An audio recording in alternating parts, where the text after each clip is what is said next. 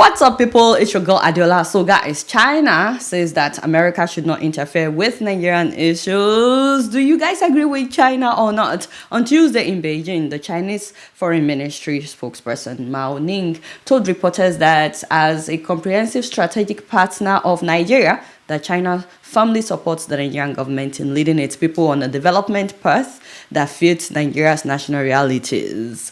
Okay, so we have two powerful countries now getting involved in what is happening in Nigeria. The US threatening to invade Nigeria to go and protect Christians, and then China telling the US to mind its business, basically. Now, while I appreciate China guiding our sovereignty, I actually wish that they will also add to their statement that, having said all that, Nigerian government should get its acts together and take care of security in its country. Because, I personally think that it's a shame that other countries have to care more about security in our own country than our government does. And even now, Nigerian government is still not telling anybody, they're still not telling the world exactly what they would do to stop the killings in Nigeria. They're spending all their energy on trying to convince the world that it's not just Christians that are being killed in Nigeria. Now, let me know what you guys think of China's stance on this matter in the comment section. In any case, I also want to address something, because in my last video that I uploaded where I talked about why I don't think that Nigerians should celebrate the US wanting to send military to Nigeria to protect Christians, some people in the comment section said that means that I don't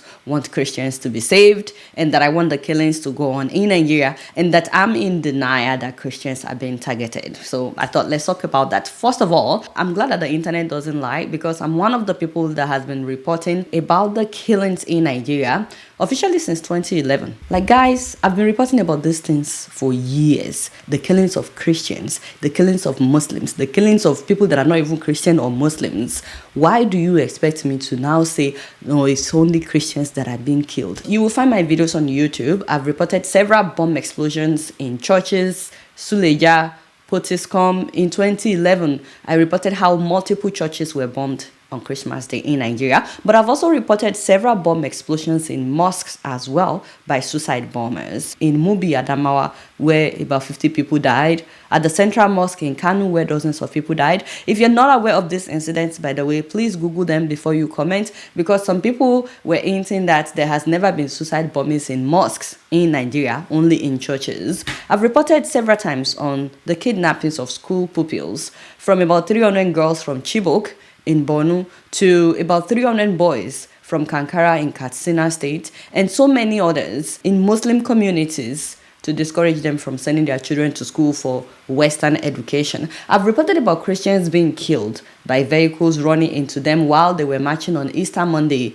in Gombe State. Not once, not twice. I've also reported Christians being killed in Plateau State on Easter Monday. I've reported severally on armed Fulani herdsmen invading primarily Christian towns and villages in Benue State and in Plateau State, killing hundreds of people in operations that would last for hours. 200 people massacred in one night, mass burial. 300 people killed, mass burial. I reported the kidnapping of Leah Shuaibu, among so many others. I reported the lynching, the burning alive of Deborah Samuel Yakubu, who was killed by Muslim students on her campus. But I've also reported on how more than 2,000 Muslims were massacred in Baga, in Borno State, by Boko Haram in an operation that lasted for 3 days. I didn't just report these things, by the way. I've also been to some of these places that I'm reporting about. I've been to Benue State visiting refugee camps where between 615,000 to 1.5 million people, primarily farmers,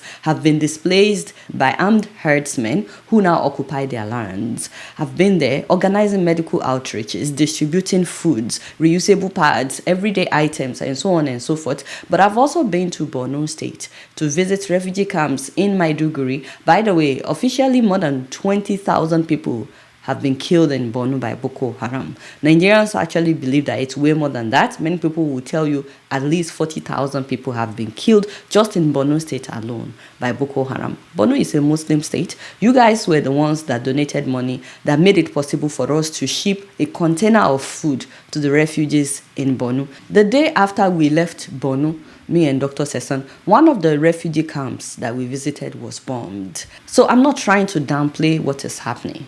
to Christians in Benue, in Plateau, in southern Kaduna. In those places, Christians have been targeted. But at the same time, thousands of non-Christians have been killed by terrorist groups in Nigeria. Two things can be true at the same time. We can talk about what is happening to Christians, but we also have to talk about what is happening to Muslims.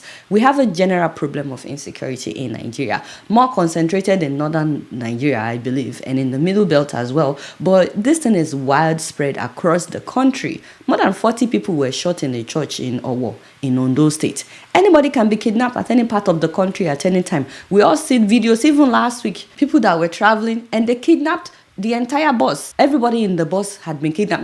In fact, 2 vehicles. So I think that the problem is we tend to wait till we are directly affected.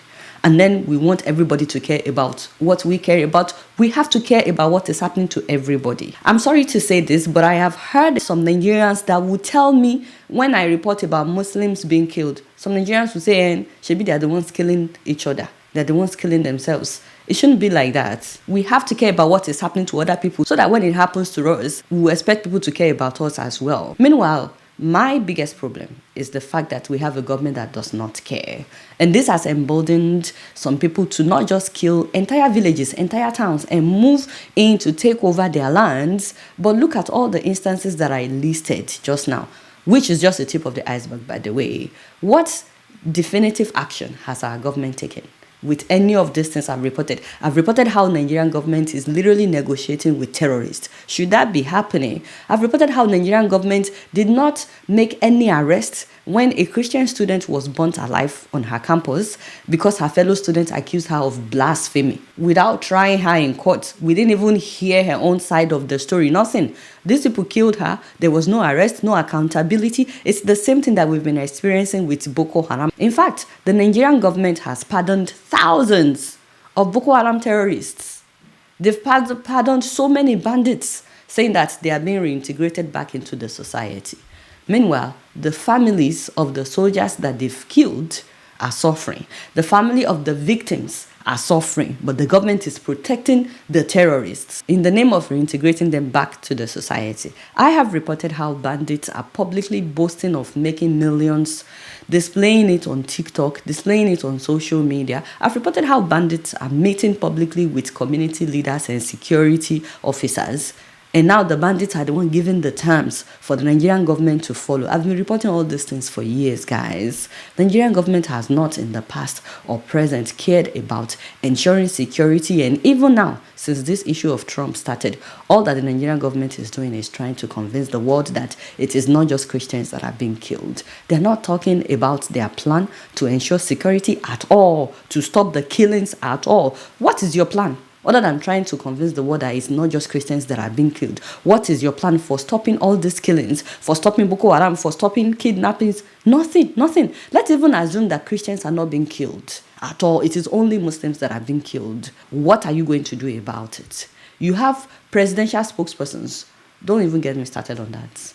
They are going about from one media house to another, trying to convince the world that it's not just Christians that are being killed. Look at Uncle Daniel Buwala, for example. This man is doing too much. He's going everywhere trying to convince the world that it's not just Christians. But my question is, exactly what is your plan to ensure security? Not once have they mentioned anything that they will put in place. And this man likes to form in his tweets. I don't know why. Like, I saw this one that he posted because at some point he wrote, as for whether or not terrorists are targeting only Christians or people of all faiths, this will be discussed and resolved by the two leaders when they meet in the coming days. He's talking about Tinubu and Trump meeting in the coming days. And then he wrote, either in State House or White House. and I'm like, State House, people, like, I'm sorry, but in case you don't know, State House is like our own White House in Nigeria. I'm like, is this man suggesting that Trump will go to Nigeria to meet with Tinubu so that Tinubu can clarify that it's not just Christians that are being killed? Like, child, please, like, uncle, please, you need to be calming down. If there's anything that Tinubu should focus on right now, it should be going after the financiers of Boko Haram. That is where to start. And this thing, I've been saying it for years. The financiers of the armed herdsmen, the bandits, the people that are wiping out towns and taking over people's lands. We know the financiers.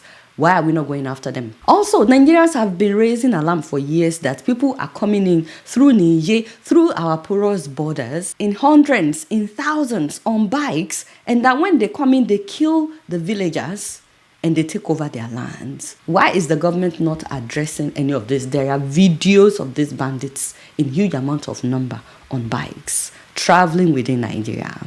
So I'm glad.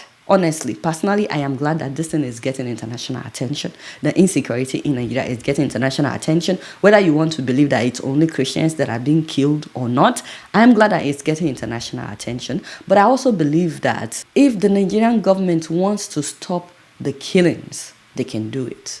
The question is, will they? Meanwhile, let me say this, not to be controversial, but because I always stand by the truth. I don't think that the Nigerian church has done enough with all the senseless killings going on in Nigeria. I personally think it's a shame that you have some of the richest pastors in the world in Nigeria, and this many people have been killed in Nigeria. When non-Christians have been killed, to me as a Christian, it's an opportunity for the church to minister to those who are brokenhearted, to those who are in need, to send relief materials. I feel like the rich Nigerian churches failed in that aspect. Nobody wanted to go into territories where a bomb can explode at any time. And I get it.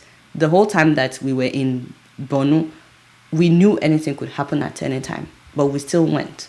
Even when we went to Benue, we knew that the people that were attacking these people, they could show up at any time, and we still went. But I feel like the big churches in Nigeria, the rich churches in Nigeria, could have made those places where they were killing people their mission grounds. But I think they failed.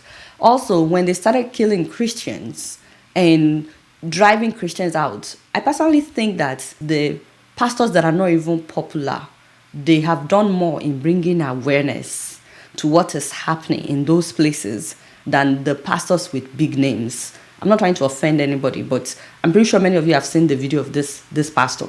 This man keeps making videos talking about what is happening. How many times have you heard of the big name pastors say anything at all about what is happening? Not just to Christians, but what is happening to non-Christians as well. I believe that the church has a lot to do with where Nigeria is right now. We have pastors that have influence within and outside of Nigeria, not just for them to bring awareness to what is happening, but they could literally talk to those in government as well. They will say that they don't want to get involved in protests. I don't know. Just personally, I believe that is one of the reasons why Nigeria is where it is still today.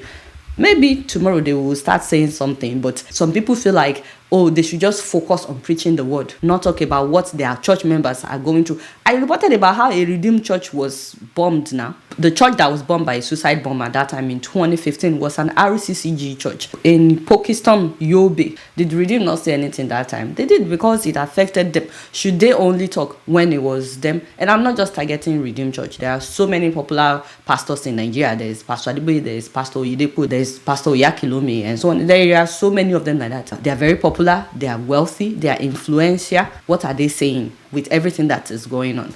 You can abuse me all you want, but that's the truth. Hit that subscribe button if you're yet to. Follow me on Facebook, Twitter, and Instagram. Until next time, I'm going to see you later. Peace out.